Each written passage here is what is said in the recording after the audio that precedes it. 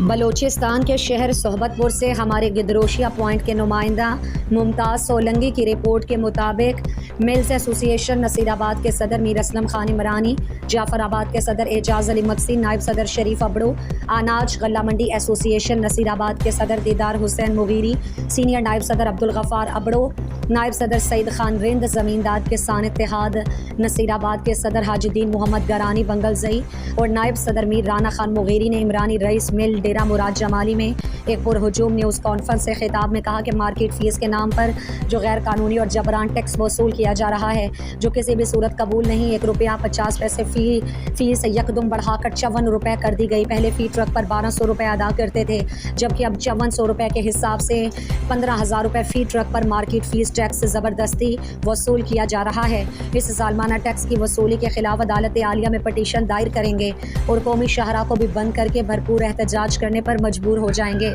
کسی بھی صورت اس ظالمانہ ٹیکس کو ادا نہیں کریں گے اور اس ظالمانہ ٹیکس کی وصولی کاروباری حضرات کے ساتھ ظلم اور زیادتی کی انتہا ہے۔ اگر حکومت نے اضافی مارکیٹ فیس ٹیکس کو ختم کر کے پرانا ٹیکس بحال نہیں کیا تو ہم کسی بھی قربانی دینے سے دریغ نہیں کریں گے۔ نیوز کانفرنس میں سیٹھ بیشم داس، روی کمار، ہیپل داس اور موسیٰ خان ابڑو سمیت دیگر تاجر برادری نے بھی بڑی تعداد میں شرکت کی۔